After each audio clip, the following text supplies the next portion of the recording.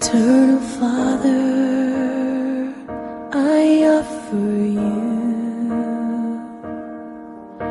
the body and the blood.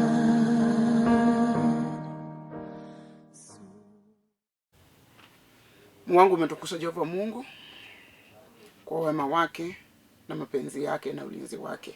Wacha tukaombe kwanza ndipo nianze kuhubiri. Baba wetu mtakatifu, asante sana kwa ajili ya siku ya leo. Asante kwa mesa ambayo nimekalia. Asante kwa jumbe umeweka kwa moyo wangu, na asante kwa ulimi wangu ambayo itatamka neno. Asante kwa wale watasikia na wapokee na wabadilishwe, na asante kwa wale watawatendea miujiza na ishara. Nimeshukuru jina lako kwa vile wewe ni mwema. Katika jina la Yesu Kristo tumeomba tukiamini. Amen.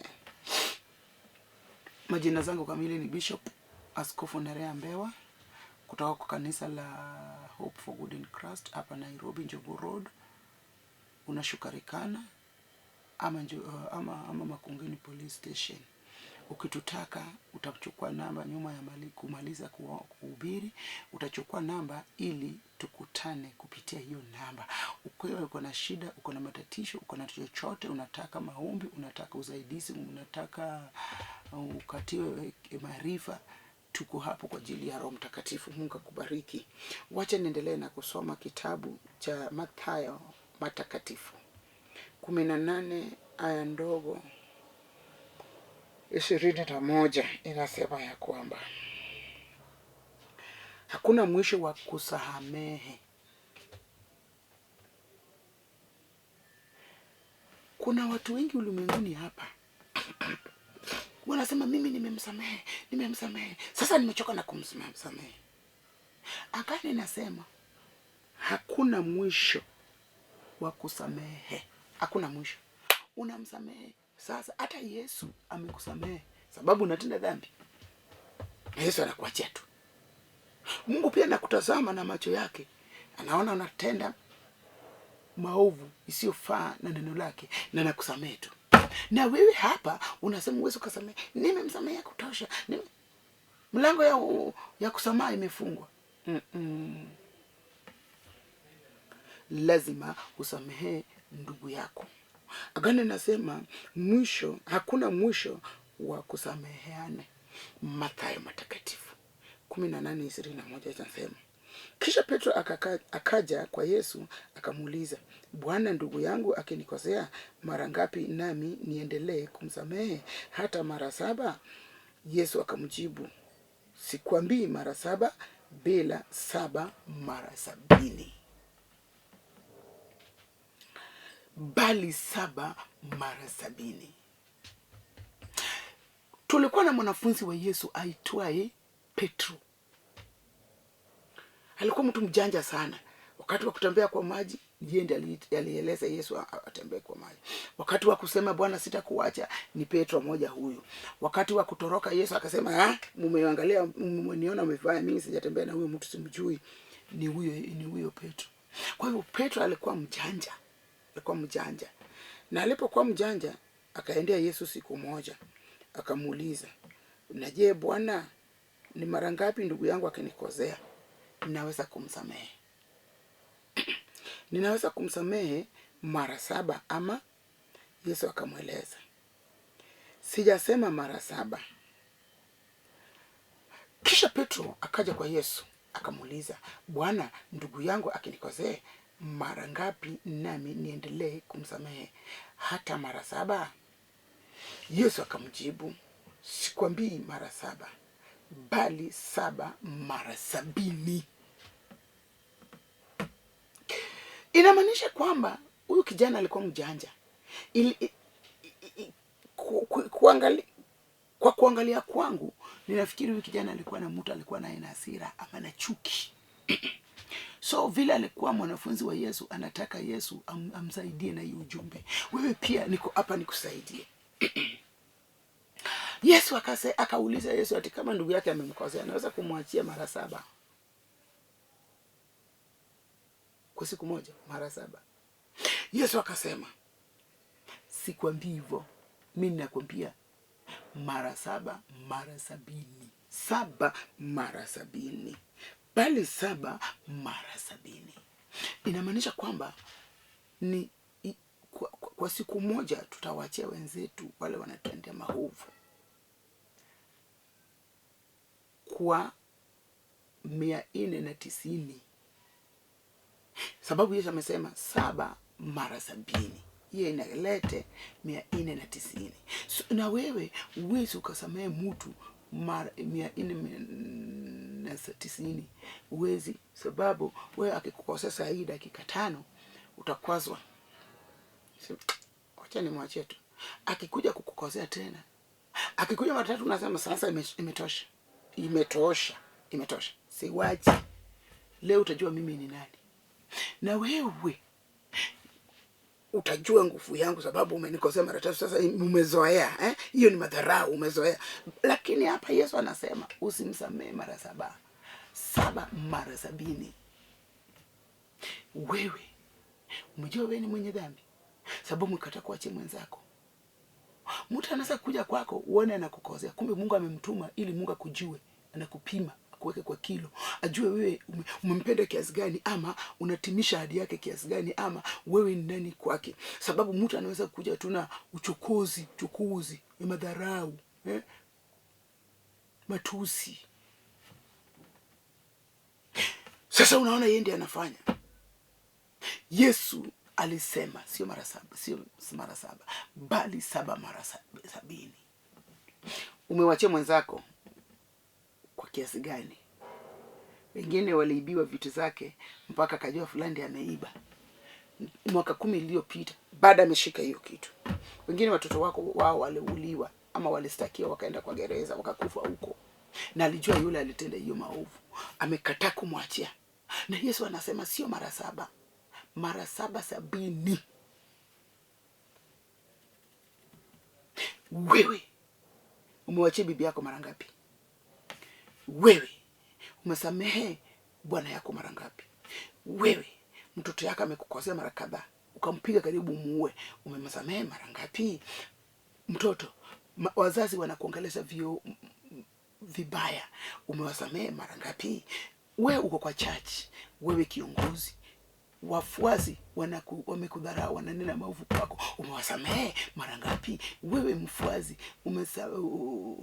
pasa yako umesikia kinene juu yako kibaya, umemsamehe mara ngapi? Mtu amekunyang'anya shamba yako kwa ajili yako na pesa kukushinda, umemsamehe mara ngapi? Yesu amesema sio 7, 7 mara 70. Hii agano nimesoma inasema ya kwamba hakuna mwisho wa kusameheane. Hakuna mwisho wa kusamehe. Hakuna mwisho. Utasamehe. Kwa ajili agano inasema ya kwamba Mungu amesema usipowachia yule anakutendea maovu, Mungu pia hatakusamehe madhambi zako. Kwa hivyo itakubidi umsamehe. Hata kama ni chungu natoa damu, hata kama imetoa machozi, itakubidi umsamehe. Hata kama nyumba yako ndio amekatakata kanguka chini, utamsamehe. Hata akikutana wewe na kutusi na kuonyesha mkono, itakubidi umsamehe. Sababu hakuna mwisho wa kusameheana. Mfano wa mdaiwa asiye samehe. Mfano, wacha nisome hii mfano. Ni Mathayo matakatifu 18:23 inasema hivi. Mfano wa mdaiwa asiye samehe, ambaye hasamei. Kwa hiyo ufalme wa mbinguni unaweza kufananishwa na mfalme aliyetaka kukamilisha hesabu zake za fedha na watumishi wake. Sasa hapa tunapimanisha ufalme wa mbingu. Wacha nikwambie, ugonjwa umekataa kuponya kwako sababu umekataa kusamehe watu. Wengine wanakufa sababu ya chuki, hawezi akasameheana. Kulikuwa na wakati niliona mama mwingine na bwana yake walikufa. Na walikufa kwa ajili walikataa kusameheana mwingine kwa mwingine. Walikuwa bwana kwa amependa bibi lakini bibi yake. So bibi alichukua tu toothpaste dawa ya meno, ya kusugua meno ya Bwana. Sijui hiyo nyumba walikuwa wameishi namna gani. Kwani hapa kwa nyumba kunakuwa na toothpaste 2 ama 3 ya watoto ya baba ya bibi. Hiyo kuishi. So bibi akachukua toothpaste ya Bwana akashiba nayo. Bwana akamshikia chuki, yani amekasirika na yeye. So hawakuongei, yani hawako pamoja. So watu wa kanisa wakakuja waongeleshe. Walipokuja Bwana akasema, kwa nini alichukua toothpaste yangu akasugua nayo meno? Bibi yako nyumba moja, lazima tusameheane. Hiyo kitu ilikataa kuisha mpaka wafuazi hata watu wa church ili washinda kuwatengeneza hiyo. Ilibidi Bwana ashike hii chuki moyoni mwake, bibi pia ameshika hii chuki moyoni mwake, wakashikwa na ugonjwa. Walipelekwa hospitali wakasema wana ugonjwa, hiyo ni mafikira. So wakalalishwa kwa ward for nothing. Bwana akakufa, akashikwa, bibi akakufa, nyuma yake akakufa. So ukikosa kusamehe mwenzako utakufa. Ninakwambia ukweli. Sababu hiyo kitu ni chungu, ninaleta kidonda. Ni chungu, ninaleta kidonda. Bwana Yesu asifiwe. Lazima tusamehe wenzetu. Hata kama hakutaki, hata kama anakudharau, hata kama anaharibu jina lako, lazima umsamehe. Hivyo ndio vile agano la Bwana inasema.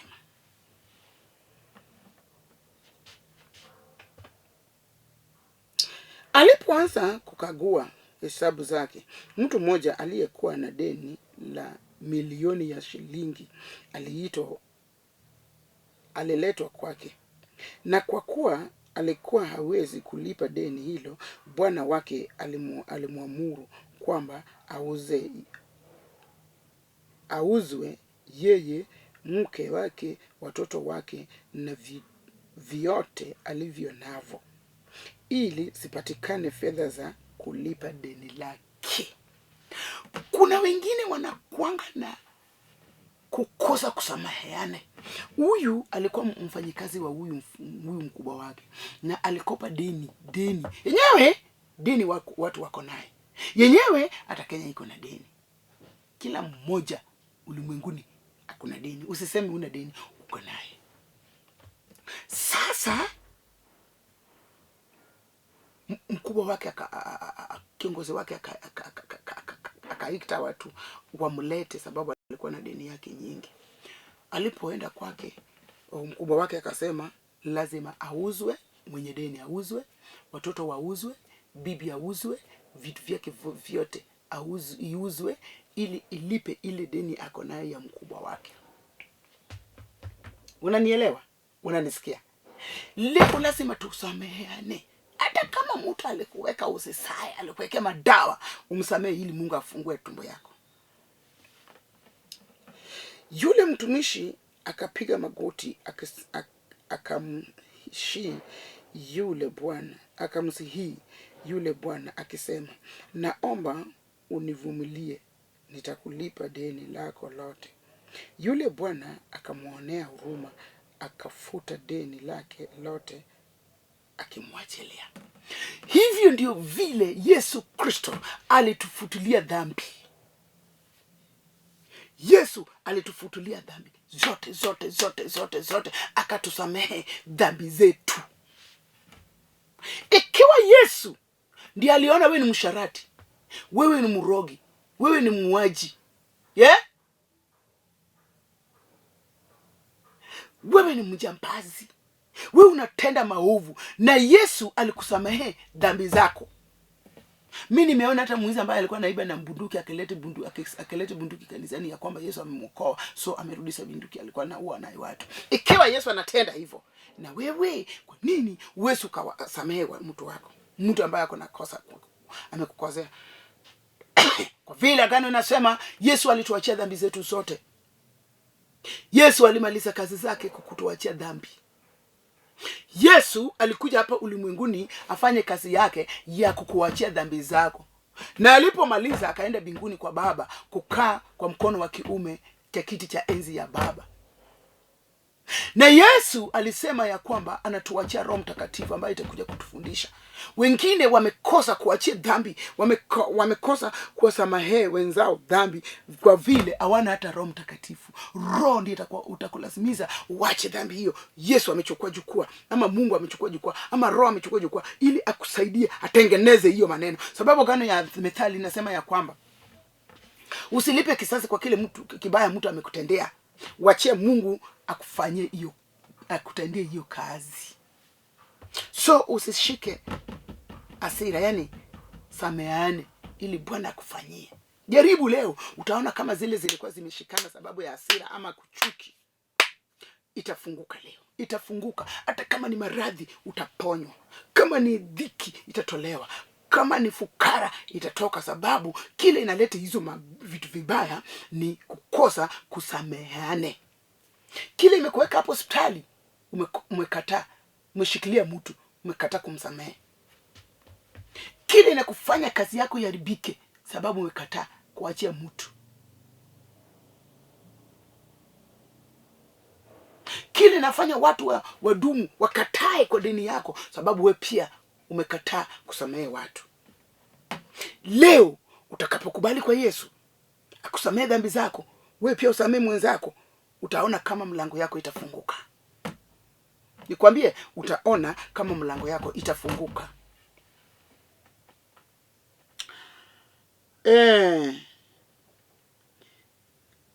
Namba 26. Yule mtumishi akapiga magoti akamsihi yule bwana, akasema, naomba univumilie, nitakulipa deni langu lote. Yule bwana akamuonea huruma, akafuta deni lake lote, akamwachilia.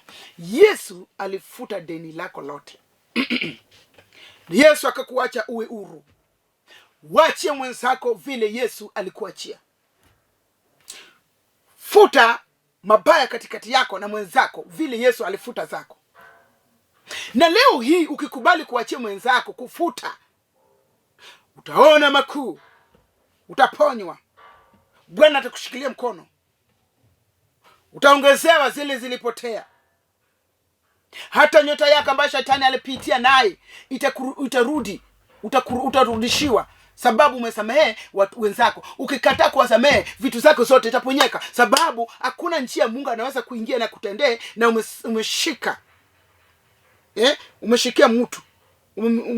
Umekuwa na hasira na mtu, yani umekataa kusamehe mtu, umekataa kufutilia dhambi katikati yako na mtu.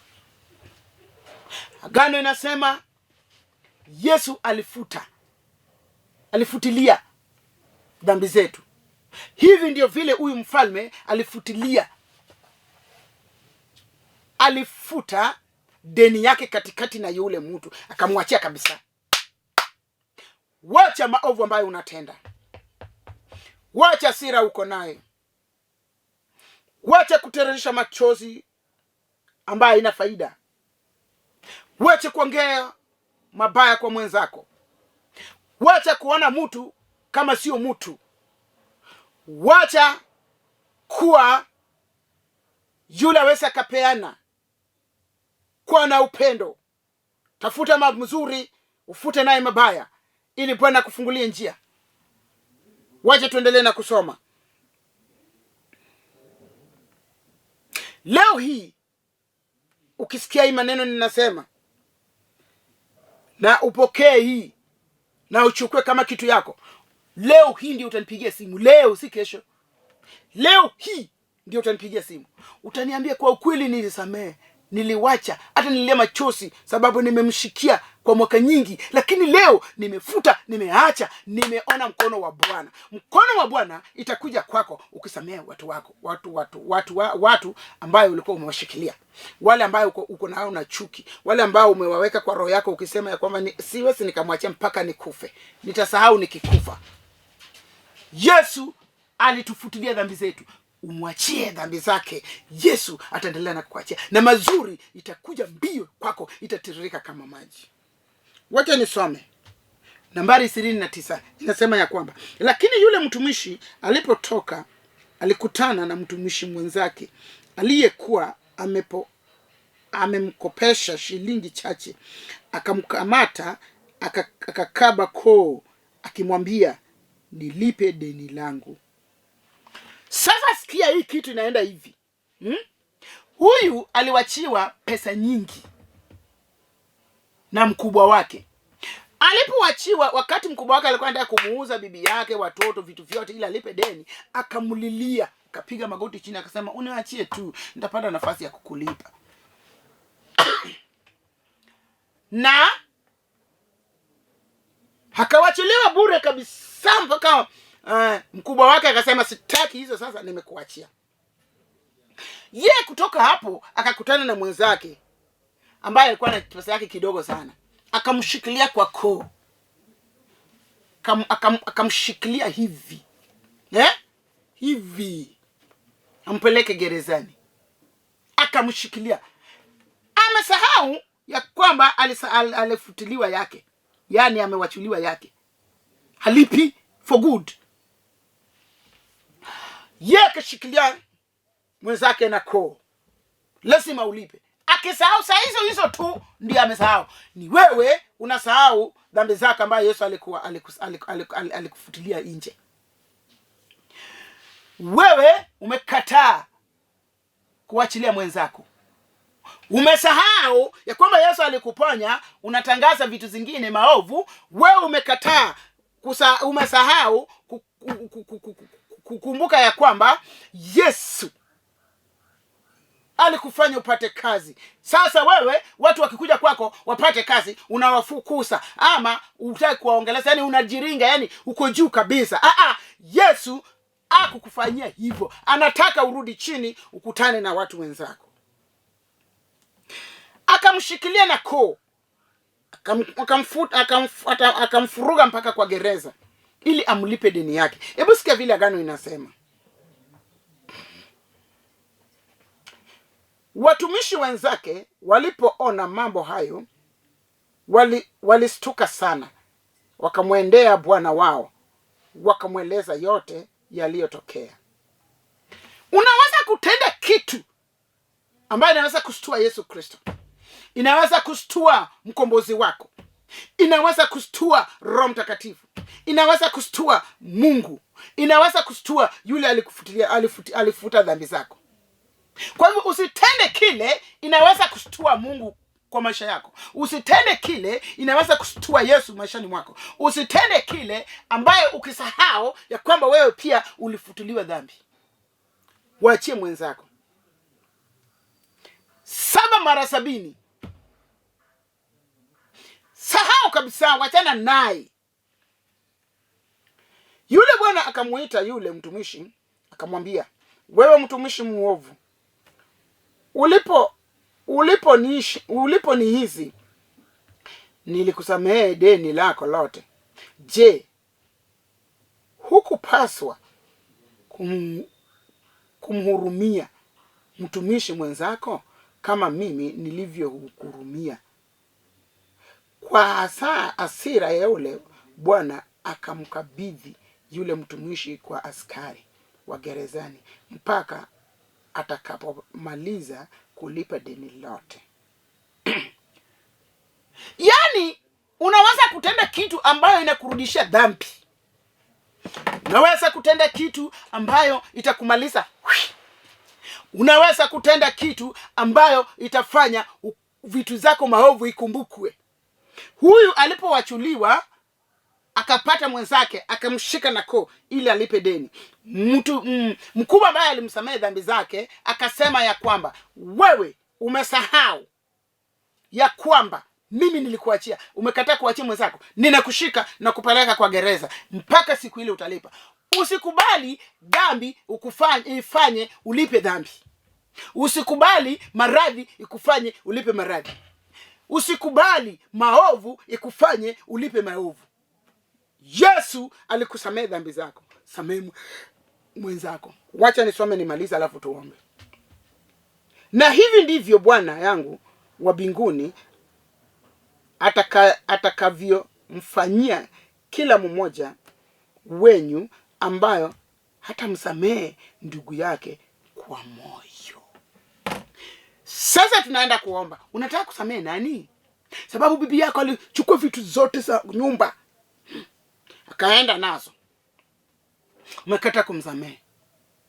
Amekunyang'anya watoto, amekupeleka kwa FIDA, amekupeleka kwa nini, human rights, what. Umekataa kumsamehe. Yule mwenzako alikufuta kazi, umekataa kumsamehe. Yule alikata mshahara yako, umekataa kumsamehe.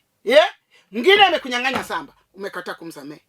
Mwingine amekata nyumba yako ikaanguka chini, umekataa kumsamehe. Agano inasema hivi ndio vile ilivyo itatendeka kwa wale wamekataa kuachia kusamehe wenzao, sababu Mungu hata wasamehe. Agano inasema samehe wale wanakutendea maovu, hivyo ndivyo Bwana atakusamehe dhambi zako. Sasa tunataka tuombe. Maradhi yako hiyo lazima urudi kwake Yesu Kristo ili akusamehe dhambi zako,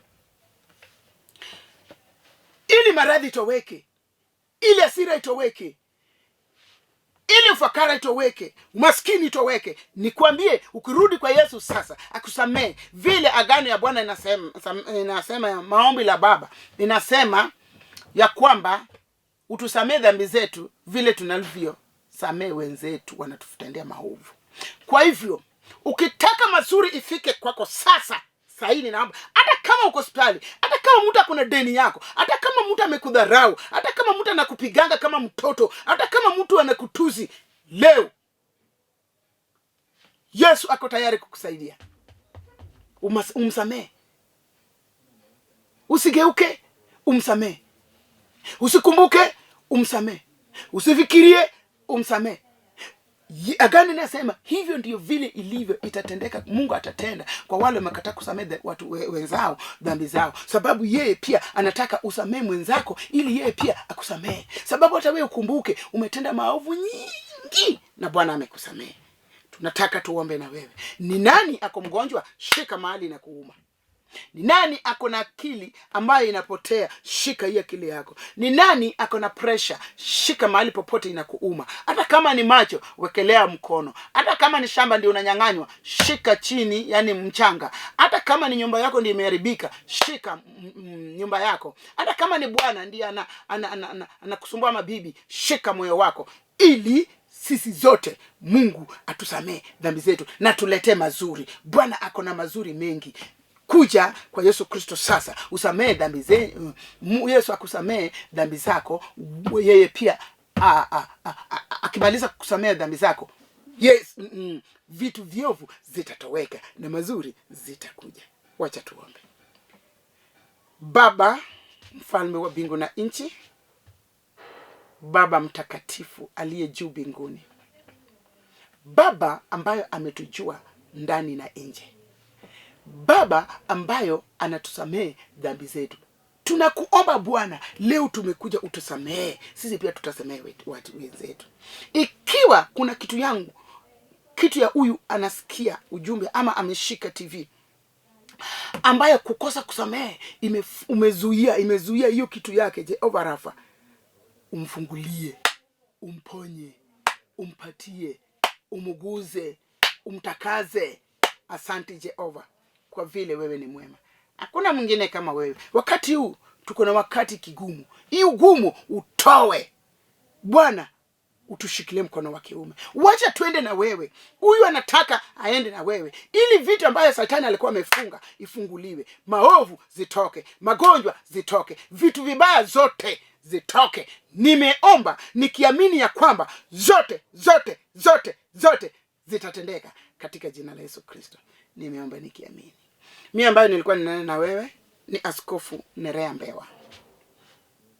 Ninatoka kwa kanisa la Hope for Good in Christ. Tuko hapa Nairobi, Njogoo Road. Ukitutaka shuka, panda gari na ushuki Njogoo Road, Rekana ama Njogoo Road Police Makongeni Police Station. Utatupata, upige simu ukifika hapo, tutakuonyesha kanisa. Kuja, chukua namba yangu 0720403913. Mungu akubariki. Kuja kwa kanisa letu. Hata leo tumekukaribisha sababu tuko kwa kanisa.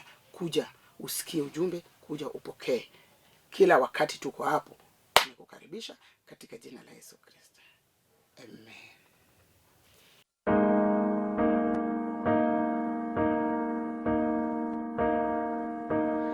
Eternal Father, I offer you